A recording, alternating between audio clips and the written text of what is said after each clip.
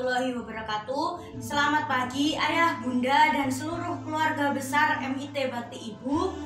Hari ini kita bertemu dalam agenda kajian Ahad pagi. Puji syukur kita kehadirat Allah Subhanahu wa Ta'ala yang telah melimpahkan rahmatnya sehingga kita memiliki waktu untuk thalabul ilmi. Salawat serta salam semoga tetap terlimpahkan kepada junjungan kita Nabi Muhammad SAW. Semoga kita mendapatkan syafaatnya di yaumul qiyamah nanti. Marilah kita memulai agenda kajian Ahad pagi dengan doa Ummul Kitab. A'udzu billahi minasyaitonir rajim. Bismillahirrahmanirrahim. Alhamdulillahi rabbil alamin. Ar-Rahmanir-Rahim. Maliki yaumiddin. Iyyaka na'budu wa iyyaka nasta'in. Ihdinas siratal mustaqim. Siratal ladzina an'amta 'alaihim ghairil maghdubi 'alaihim waladdallin. Amin. Selanjutnya marilah kita simak pemaparan materi dari Ustadz Winarto yang bertema keutamaan bulan Rajab. Bismillahirrahmanirrahim. Assalamualaikum warahmatullahi wabarakatuh. Alhamdulillahirabbil alamin. Wa bihi nasta'inu ala umri dunya waddin. Wassalatu wassalamu ala asrafil anbiya'i wal mursalin Sayyidina Muhammadin wa ala alihi wa ashabihi ajma'in. Asyhadu an la ilaha illallah wahdahu la syarikalah wa asyhadu anna Muhammadan abduhu wa rasuluh. Allahumma sholli wa sallim wa barik ala Sayyidina Muhammad wa ala ali Sayyidina Muhammad. Amma ba'du. Para pemirsa, ayah bunda yang dirahmati Allah Subhanahu wa Ta'ala, puji dan syukur mana senantiasa tak henti-hentinya kita panjatkan kehadirat Allah Subhanahu wa Ta'ala atas segala limpahan rahmat dan nikmat yang telah Allah berikan kepada kita sekalian, sehingga pada kesempatan yang berbahagia ini Allah mempertemukan kita dalam majelis yang mulia ini. Tak lupa salawat dan salam mudah-mudahan tetap terlimpah kepada panutan kita Rasulullah Muhammad Sallallahu Alaihi Wasallam, dan mudah-mudahan di hari kiamat nanti kita semua mendapatkan syafaat dari beliau. Allahumma amin. Marilah kita awali pertemuan kita pada kesempatan yang berbahagia ini dengan bacaan basmalah. Bismillahirrahmanirrahim. Ayah bunda dan pemirsa yang dirahmati Allah Subhanahu wa Ta'ala, bahwa tanggal 14 Februari ini kita sudah berada di tanggal 2 Rajab. Artinya kita sekarang sudah berada di bulan Rajab. Insya Allah kurang 2 bulan lagi kita akan dipertemukan Allah Subhanahu wa Ta'ala dengan bulan suci Ramadan.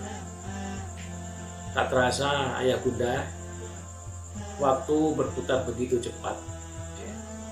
Berbahagialah kita seandainya nanti Allah mempertemukan kita dengan bulan suci Ramadan tahun ini. Ayah bunda yang dirahmati Allah Subhanahu wa Ta'ala, bulan Rajab memiliki fadilah atau keutamaan-keutamaan yang terkadang banyak kaum muslimin sendiri yang belum memahami keutamaan dari bulan Rajab ini menurut Al-Quran dan hadis yang sahih. Karena hari ini kalau kita membuka medsos atau WhatsApp kita atau Facebook kita atau Twitter atau mungkin TikTokan kita, banyak sekali ajakan-ajakan untuk melakukan berbagai macam amal kebaikan di bulan Rajab ini yang menyandarkan pada hadis Rasulullah Muhammad Sallallahu Alaihi Wasallam. Padahal setelah kita teliti dengan seksama, hadis-hadis yang banyak kita temui di WhatsApp ataupun di medsos lain itu derajatnya adalah hadis yang dhaif, yang kita sekalian itu tidak boleh mengamalkannya dengan menyandarkannya bahwa itu adalah sabda Rasulullah Muhammad Sallallahu Alaihi Wasallam. Padahal dalam Al-Quran sendiri keutamaan bulan Rajab itu sudah diterangkan Allah. Adapun keutamaan bulan Rajab yang pertama itu sebagaimana yang Allah firmankan dalam Al-Quran surat At-Taubah ayat 36.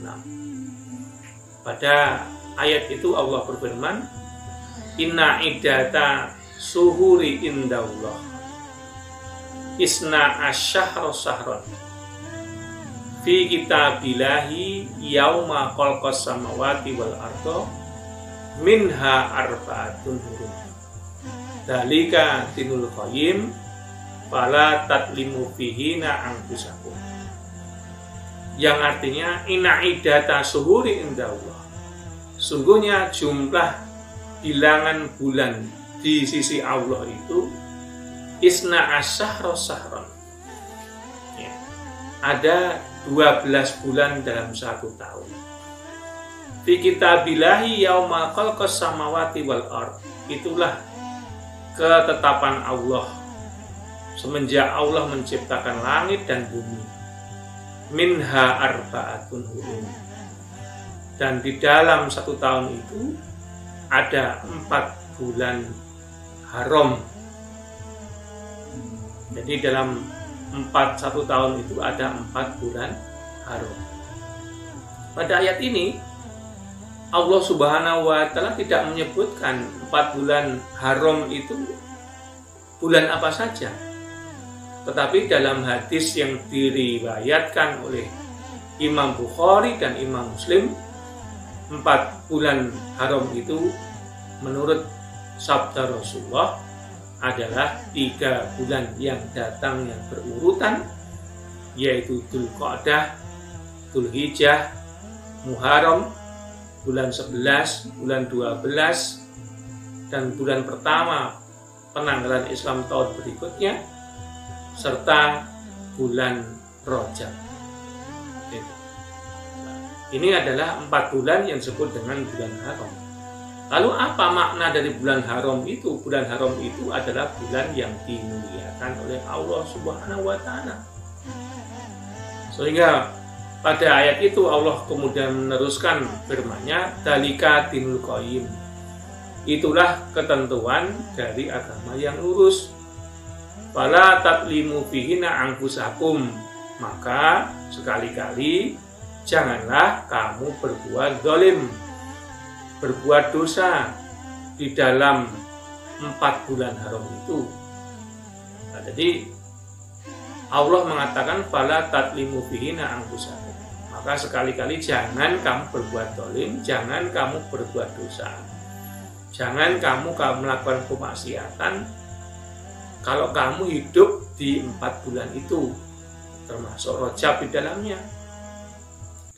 Nah, dalam kitabnya tafsir Imam Ibnu Katsir mengatakan kepada kita sekalian, menukil dari perkataan sahabat Nabi Abdullah Ibnu Abbas radhiyallahu anhu, bahwa yang dimaksud dengan firman Allah fala tatlimu fihina anfusakum itu adalah apabila kita berbuat dosa di bulan 4 itu, bulan haram 4 itu, Dzulqa'dah, Dzulhijjah, Muharram dan Rajab itu, maka dosanya dilipat gandakan, dan barang siapa yang beramal kebaikan di 4 bulan itu, termasuk bulan Rajab, maka pahalanya juga dilipat gandakan.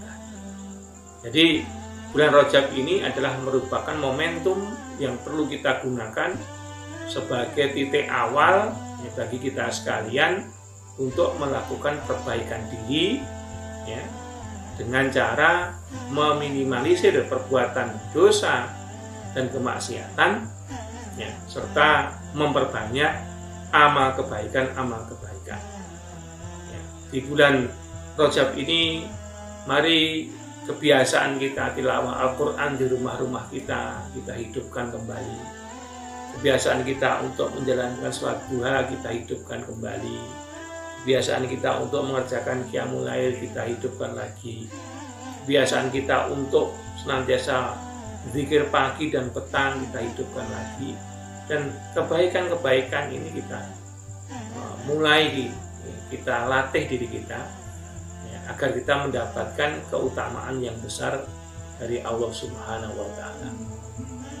Sebaliknya, di bulan Rajab ini pun kita berupaya untuk menjadikan bulan ini sebagai titik awal bagi kita untuk mampu mengendalikan hasrat, hawa nafsu, keinginan, ya, yang bertentangan dengan nilai-nilai agama, yang ujung-ujungnya itu merupakan perbuatan dosa.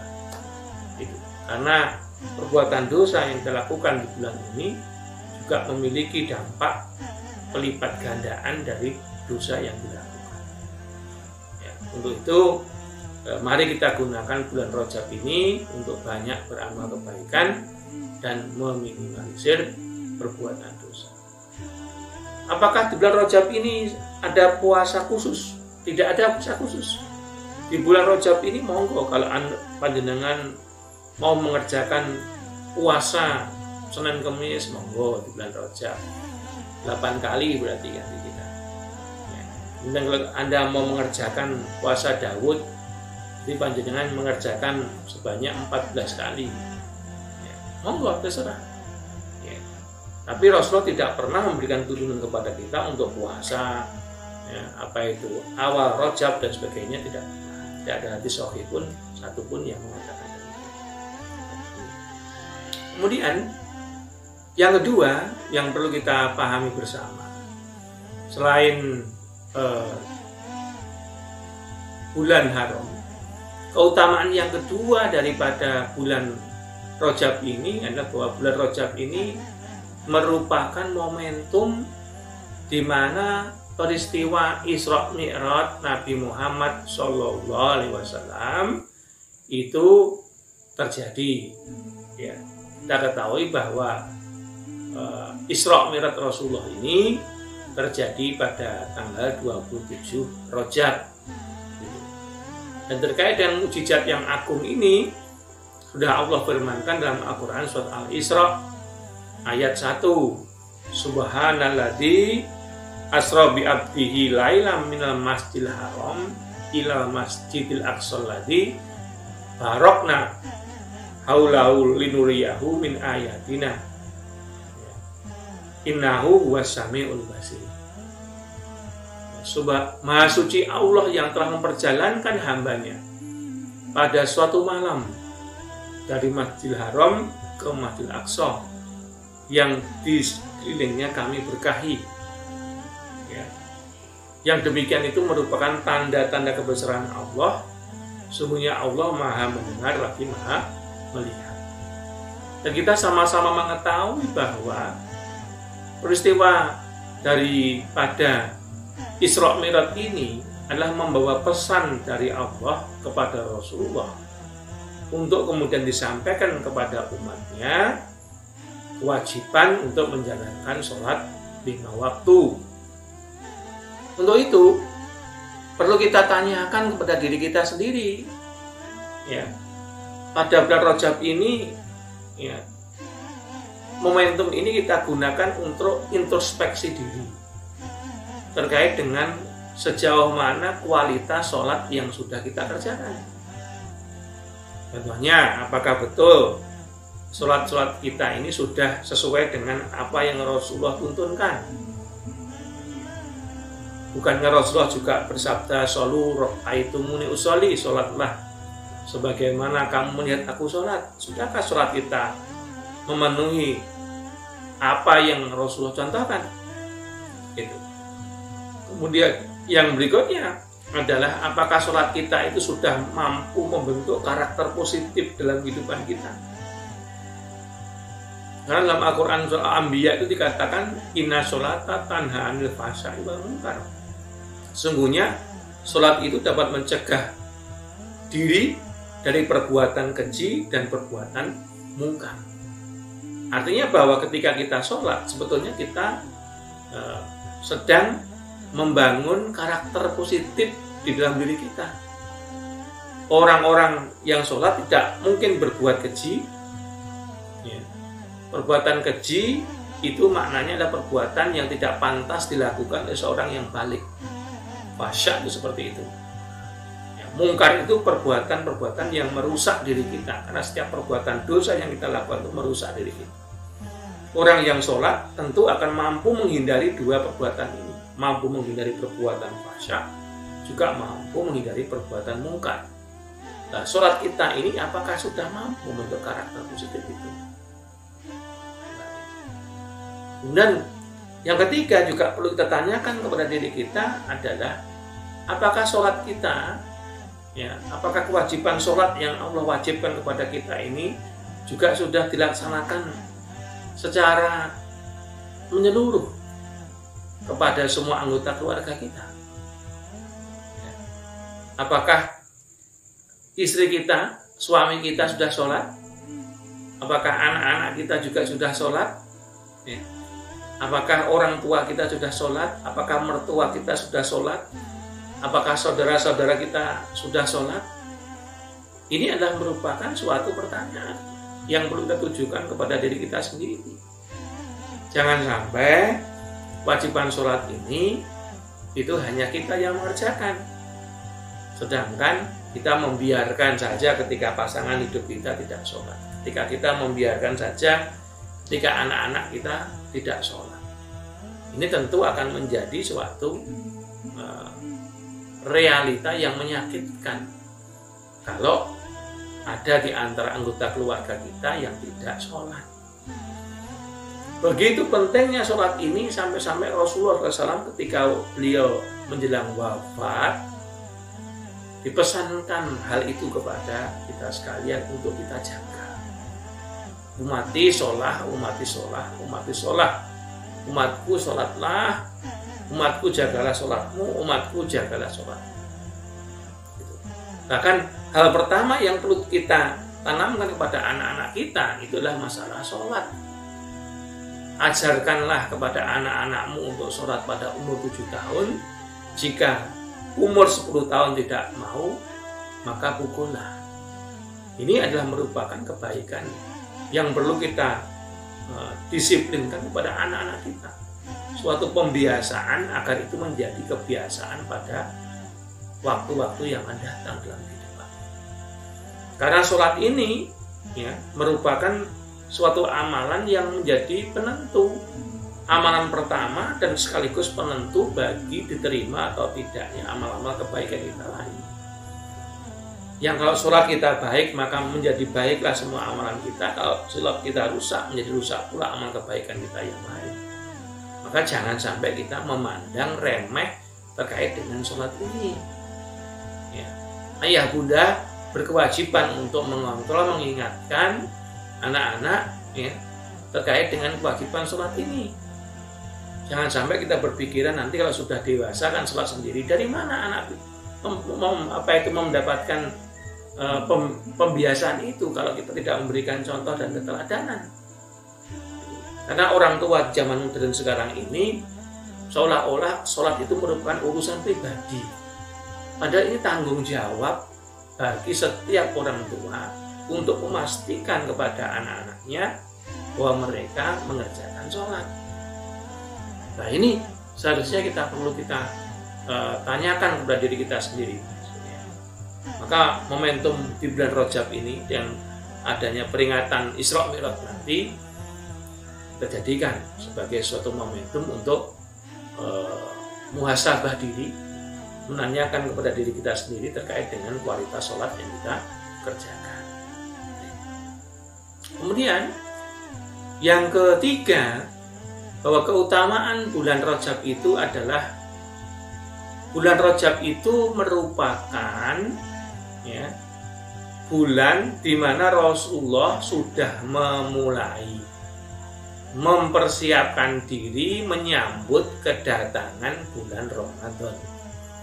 Dalam banyak hadis-hadis yang sahih diceritakan oleh para sahabat bahwa Rasulullah SAW itu menyambut kedatangan bulan suci Ramadan 2 bulan sebelumnya. Artinya di bulan Rajab dan di bulan Syaban Rasulullah SAW itu sudah mempersiapkan diri menyambut kedatangan bulan suci ini. Sehingga mengapa Rasulullah SAW dan para sahabat itu begitu maksimalnya beliau di dalam menjalankan ibadah di bulan Ramadan. Ya, berbeda dengan kalau seorang mengerjakan ibadah bulan Ramadan tidak dengan persiapan. Ya, maka yang terjadi waktu-waktu di bulan Ramadan itu menjadi time barrier atau waktu yang terbuang percuma, waktu yang muspro, waktu yang tidak bernilai ibadah. Maka setidaknya di bulan Rajab ini dan Syaban nanti hendaklah kita melakukan 4 persiapan. Yang pertama adalah tentu persiapan rohani, persiapan spiritual. Contohnya itu adalah menyambut datangnya Ramadan dengan hati yang bergembira. Ini ya, karena Ramadan ini ibarat tamu yang membawa berjuta-juta kenikmatan, berjuta-juta kemuliaan yang akan diberikan kepada orang-orang yang mau mengerjakan. Yang kedua, memperbanyak membaca doa. Ya, Rasulullah mengajarkan kepada kita dalam hadis yang diriwayatkan oleh Imam Malik itu tentang doa yang perlu dibaca, yaitu Allahumma barik lana fi Rajab wa Sya'ban wa barikna Ramadan.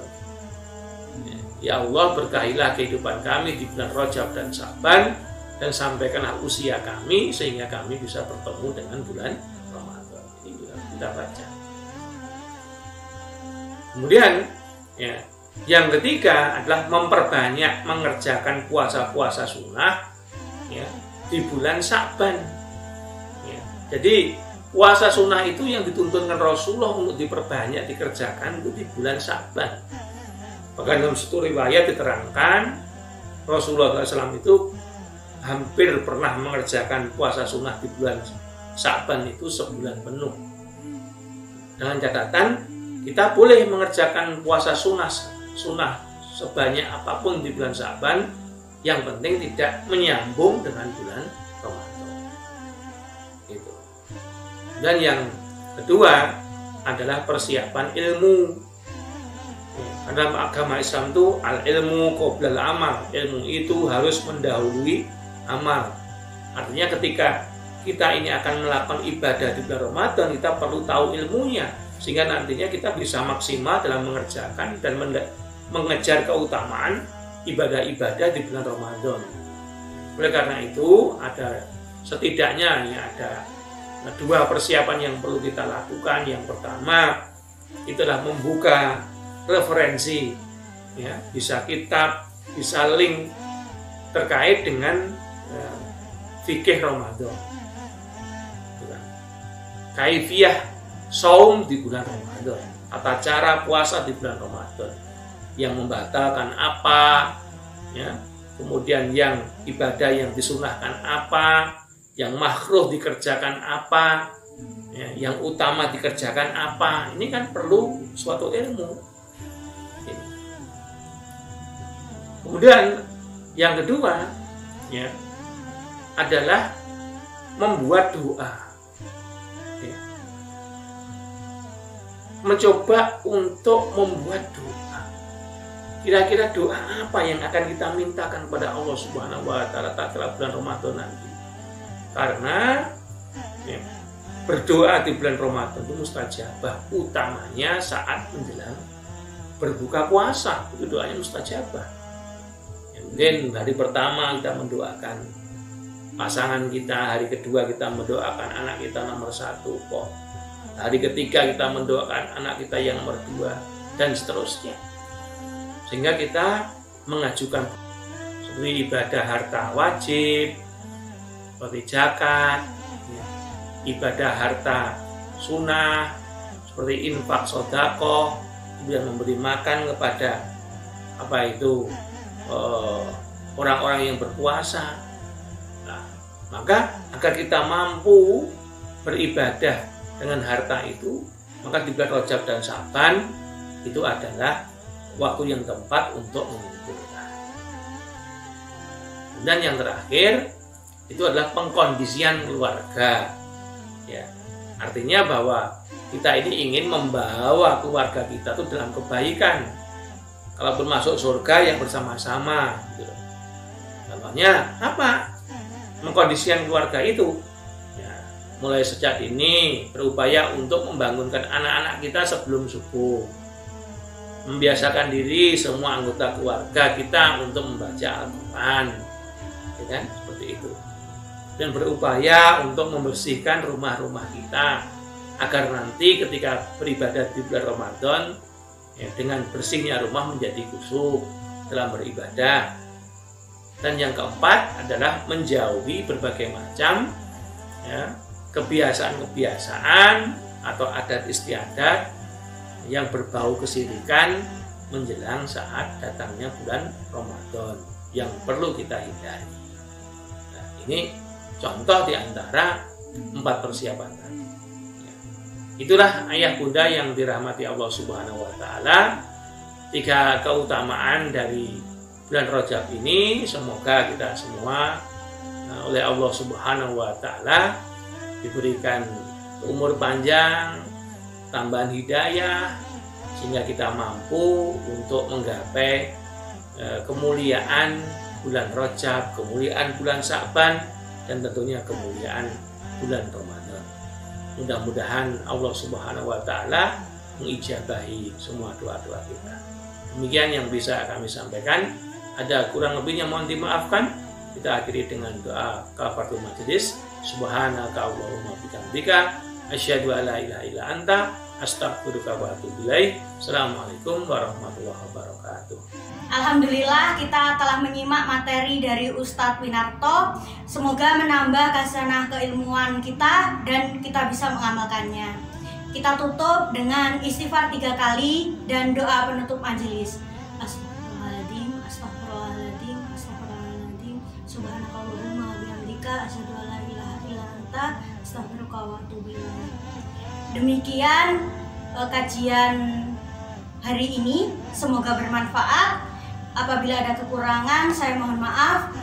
Wassalamualaikum warahmatullahi wabarakatuh.